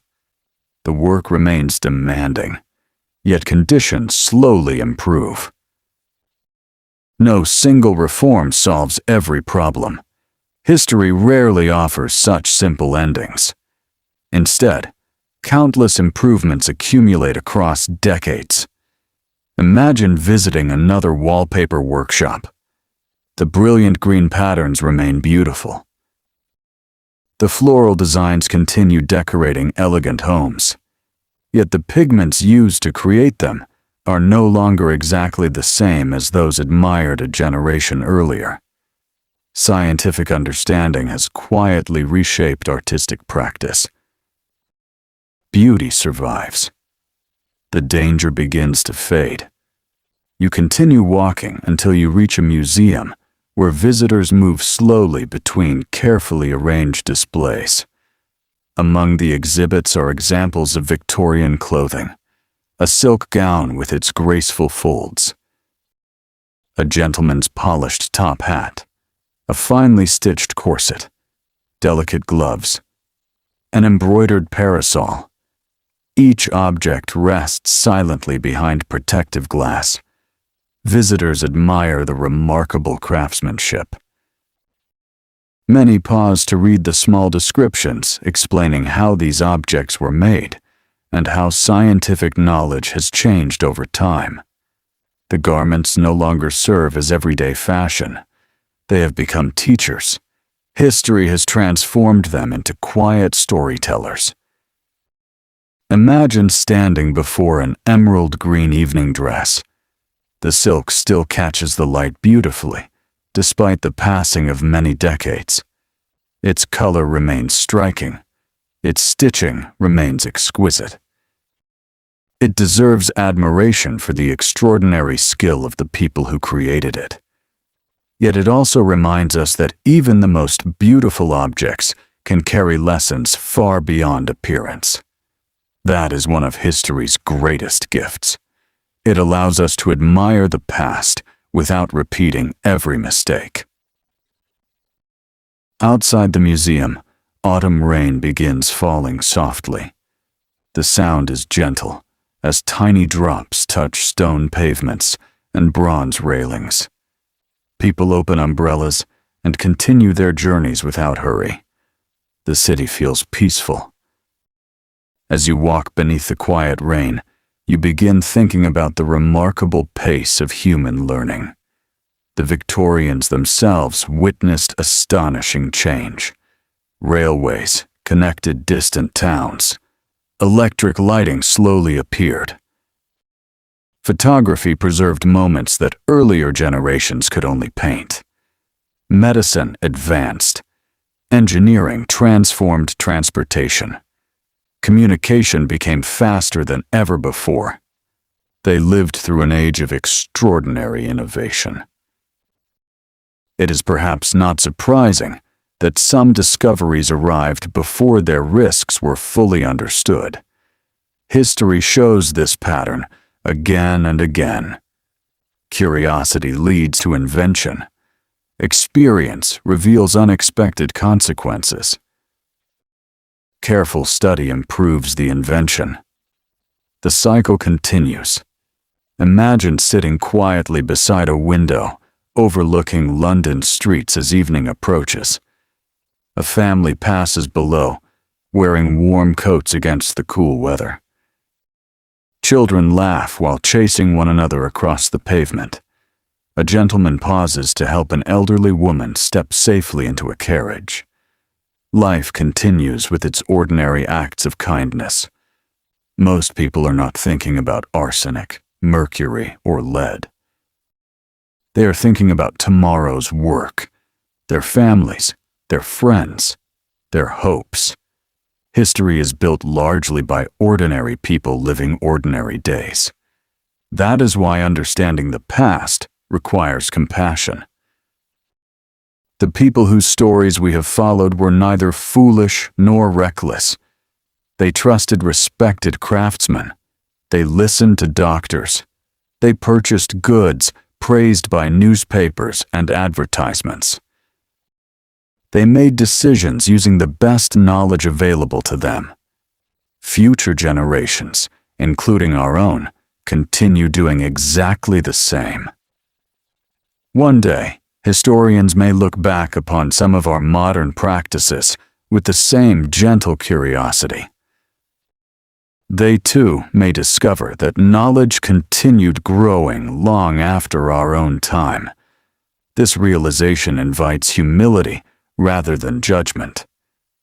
As twilight slowly settles across the city, the familiar glow of gas lamps returns once more. Their soft light reflects across rain-soaked streets, creating golden pathways that seem almost dreamlike. You pause for a final look at Victorian London. The bustling markets, the elegant homes, the busy workshops, the quiet libraries, the determined laboratories. Each has played a part in this remarkable story. And now, only one final chapter remains. There, we will gather together every lesson from our journey, not as a tale of fear, but as a peaceful reflection on craftsmanship, scientific discovery, human resilience, and the enduring belief that every generation can leave the world a little wiser than it found it. The last glow of the stars slowly disappears beyond the rooftops as another gentle morning begins.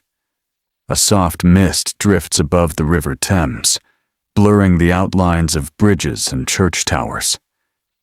The city is quiet, almost as though it wishes to remain asleep a little longer. A lone carriage rolls across the cobblestones, its wheels making a familiar rhythm that has accompanied countless mornings throughout our journey. You find yourself standing on a bridge overlooking the calm water below. The river moves steadily toward the sea, never rushing, never stopping. Watching it, you are reminded that history often moves in much the same way. It rarely changes all at once.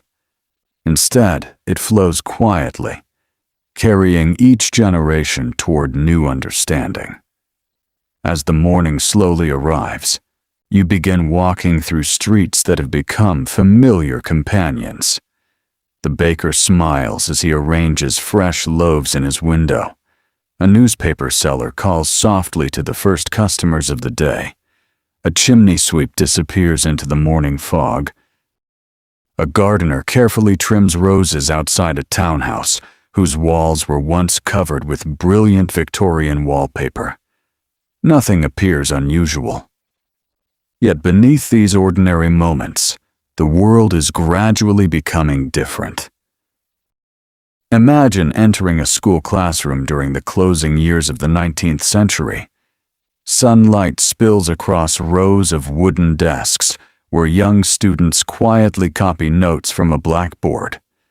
Their teacher speaks calmly about chemistry, health, and the importance of careful observation. Many of the scientific ideas now being taught would have seemed unfamiliar only a few decades earlier. Knowledge continues to grow. Every lesson builds upon the work of those who came before. Some discoveries are celebrated immediately. Others require patience before society fully understands their importance. Picture yourself visiting a university laboratory. Young researchers examine minerals, dyes, metals, and chemical compounds with growing precision. Instruments have become more accurate than those available to earlier generations. Every experiment asks a simple question. What is this material? How does it behave? Is it helpful? Could it also be harmful? These questions may sound ordinary, yet they quietly transform the future. Scientific curiosity becomes one of humanity's greatest safeguards, not because it claims perfection, but because it never stops asking. You continue your peaceful walk until you reach one of London's museums. Children wander slowly between display cases, while parents read carefully written descriptions beside historic objects. Among the exhibits stands a beautifully preserved Victorian evening gown. Its emerald fabric still catches the light. Nearby rests an elegant top hat with remarkably smooth felt. A glass case displays delicate cosmetics, decorative wallpaper samples, and finely stitched gloves. The visitors admire the craftsmanship. Some whisper quietly about how beautiful everything appears. Others pause to read about the hidden dangers that later generations discovered. No one laughs at the past. Instead, they look with respect. They understand that these objects belong to people who lived with the knowledge available to them. History asks us to remember their achievements as well as their mistakes. Imagine sitting quietly on a museum bench. The room is peaceful. Only soft footsteps echo across polished wooden floors. You notice a small child looking curiously at the emerald green dress. She turns to her father and asks why something so beautiful could also be dangerous. The father smiles gently before answering. People didn't know everything then. The child thinks for a moment before asking another question. How did they learn? The father pauses. By paying attention. Such a simple answer. Yet perhaps it captures the entire spirit of our journey. Human progress begins with attention. Someone notices. Someone asks. Someone investigates. Someone shares what they have learned. Generation after generation, those quiet acts slowly shape a safer world. You leave the museum and continue toward one of London's public parks. Autumn has settled comfortably across the city. Golden leaves drift gently from tall trees. A cool breeze carries the earthy scent of damp soil and fallen leaves. Children gather chestnuts beneath the trees, while elderly couples enjoy slow afternoon walks. Nature continues its patient rhythm, unchanged by the fashions that once filled the city's grand ballrooms. As you sit beside a quiet pond, you begin reflecting upon the many lives we have encountered. The seamstress who carefully stitched every elegant gown, the hatmaker whose skilled hands shaped fine felt, the chemist searching for brighter colors, the factory worker tending great weaving machines, the physician recording unexplained illnesses, the scientist comparing one observation with another, the mother decorating her family's home, the young woman preparing carefully before an evening reception, the merchant proudly displaying fashionable goods. None of these people expected to become part of history, yet together they became exactly that. History is rarely written only by kings, queens, or famous inventors. It is also written by ordinary people making ordinary choices. Imagine evening arriving once again. Gas lamps flicker softly into life. The streets glow with warm golden light. Music drifts from an open window where someone practices the piano. A family gathers around the dinner table. Neighbors greet one another before returning home. The city feels calm, comfortable, familiar. As darkness gently settles across Victorian London, you realize that our journey has slowly become something more than the story of dangerous fashion. It has become the story of human curiosity, of craftsmanship, of ambition, of unintended consequences, and above all, of learning. Every generation inherits both wisdom and uncertainty.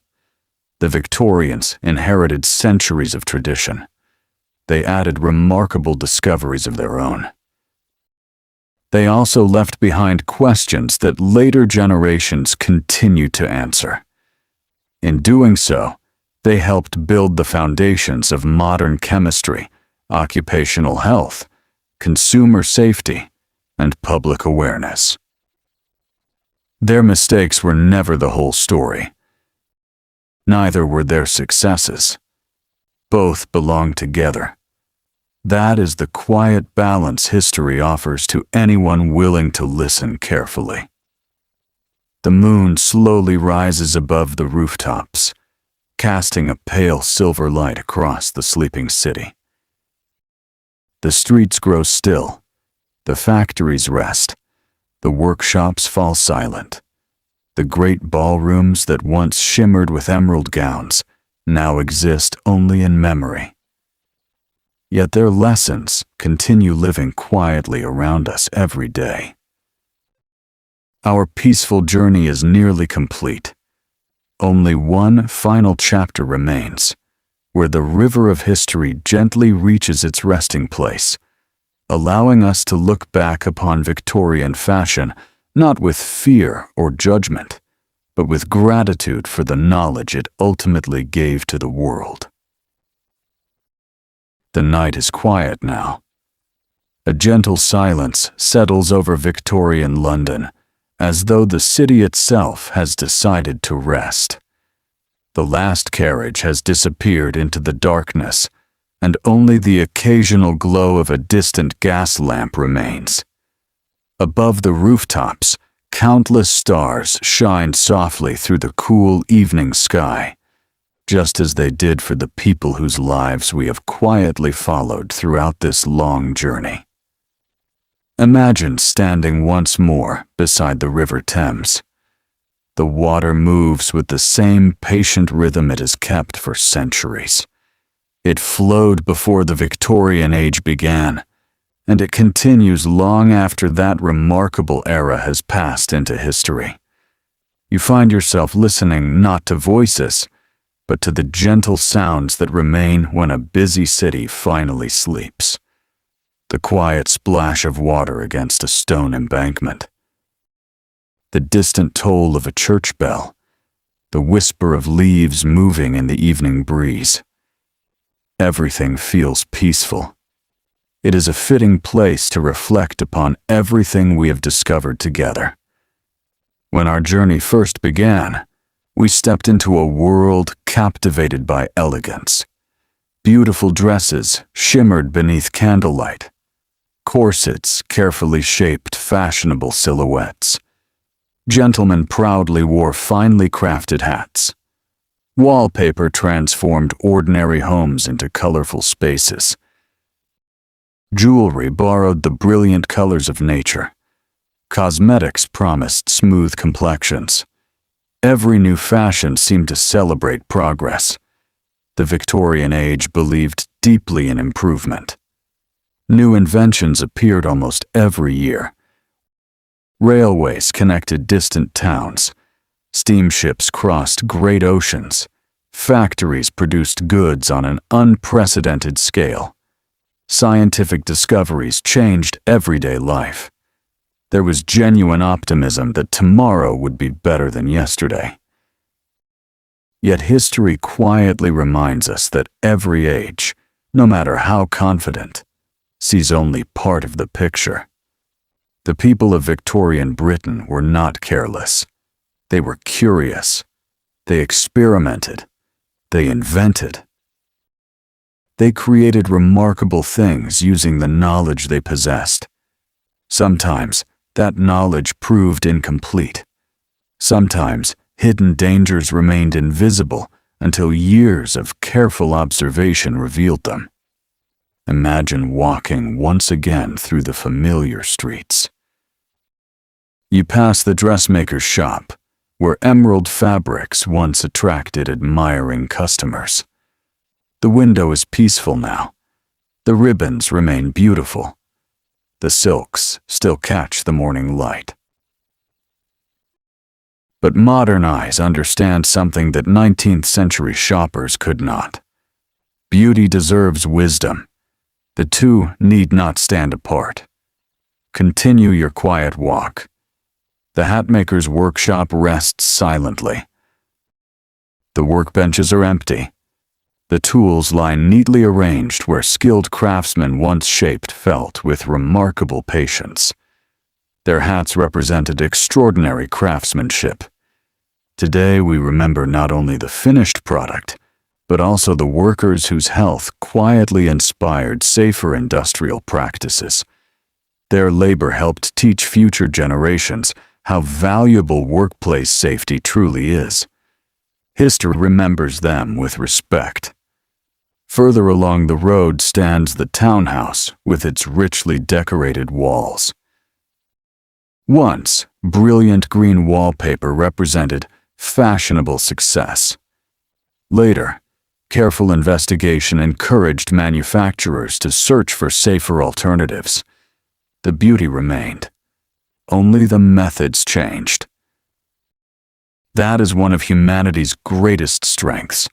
When we learn, we improve. Without abandoning creativity, we simply guide it more wisely. Imagine entering a museum one final time.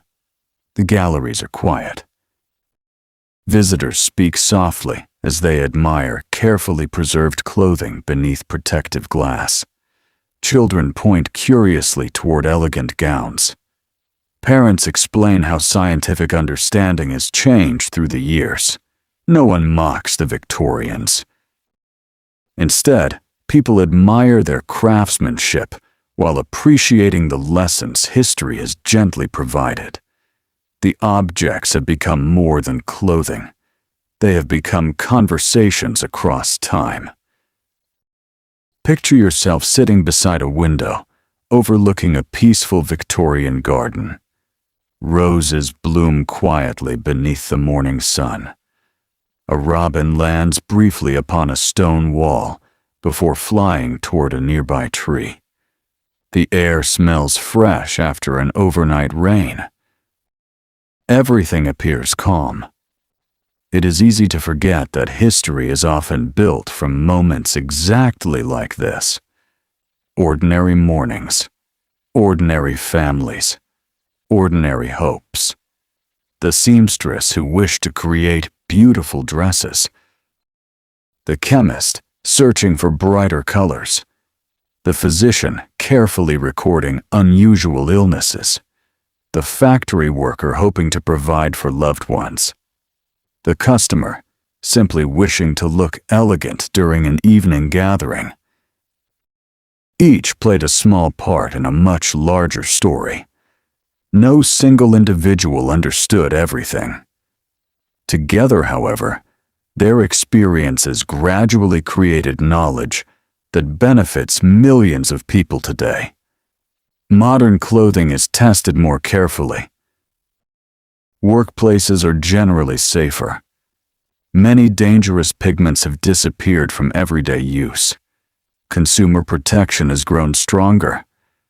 Occupational medicine has become an important scientific field. Environmental conservation now protects many of the birds and insects once collected for fashion.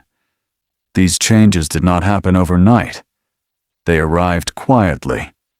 One observation, one experiment, one thoughtful question at a time. Imagine that you are slowly leaving Victorian London behind.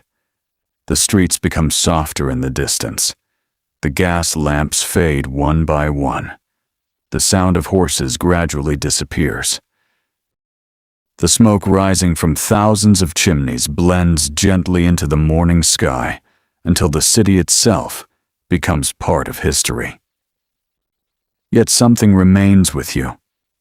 Not the fear of dangerous fashions, not the sadness of hidden mistakes, but a deeper appreciation for the remarkable journey of human learning.